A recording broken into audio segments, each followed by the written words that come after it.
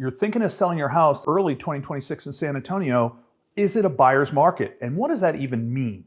We're going to break down today some statistics that give us insight so you as a seller can make an evaluation. Is this a good time to be in the market or not? And we'll talk about what kind of homes would sell and sell well and for a healthy price in a buyer's market.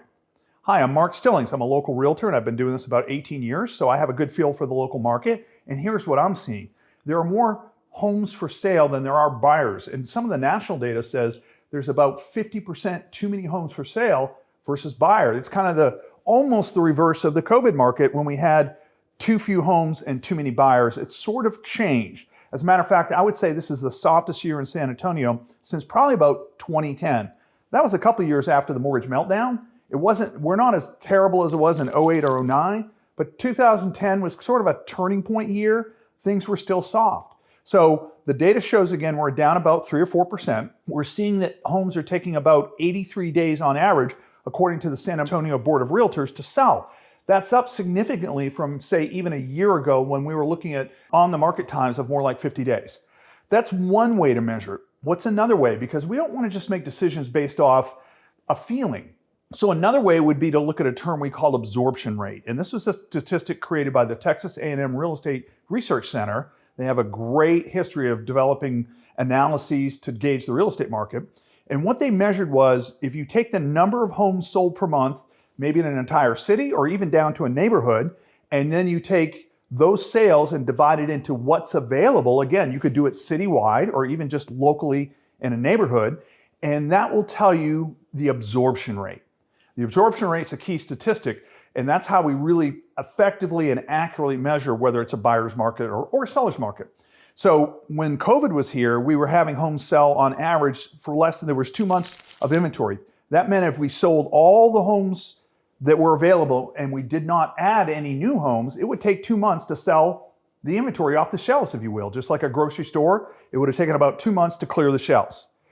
Currently in this market, we have just nosed over 6 months of inventory. It's like 6.1 months. And that is getting into the edge of a buyer's market technically. And I think that's sort of the vibe out there because buyers are sensing they have more choices than ever. They don't have to move as quickly and they're really kind of in the catbird seat.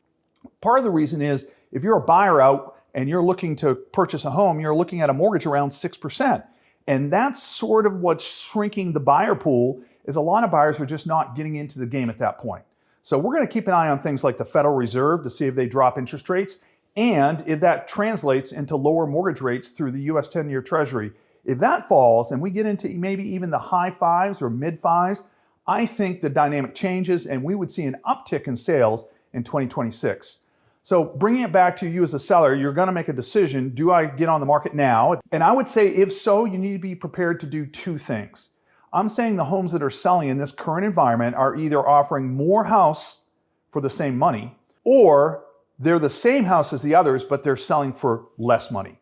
So you need to give people more for the same price, or if you're the same, you need to be willing to sell at a lower price.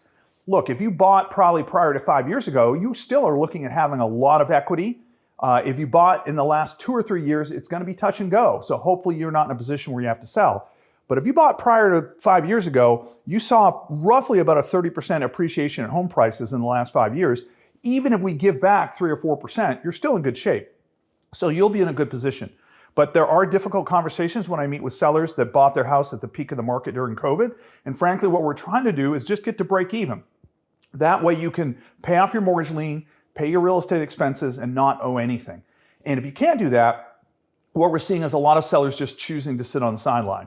So there's some strategy there. And my role as a realtor is just to sit down and give you the numbers, give you the objective facts, let you look at the analysis, look at your potential net, what you would make from the sale, and then you make the right decision. I've been doing this long enough that I'm not here for the immediate transaction.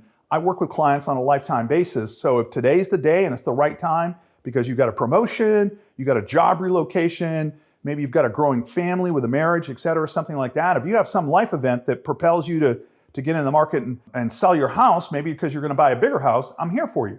But if we sit down and go through the numbers and it looks like we might need to wait a while, then that's okay too. What am I projecting for 2026 and how it affects sellers? National Association of Realtors is saying that they expect sales to be up 14% nationally. So that's what I would call a tailwind. That would be helpful if we were to get a 14% increase in sales in San Antonio. That inventory might drop from 6 months inventory back down to, like, let's say even 4.5 months of inventory. The market would get back in balance, and that would free up sellers to move forward.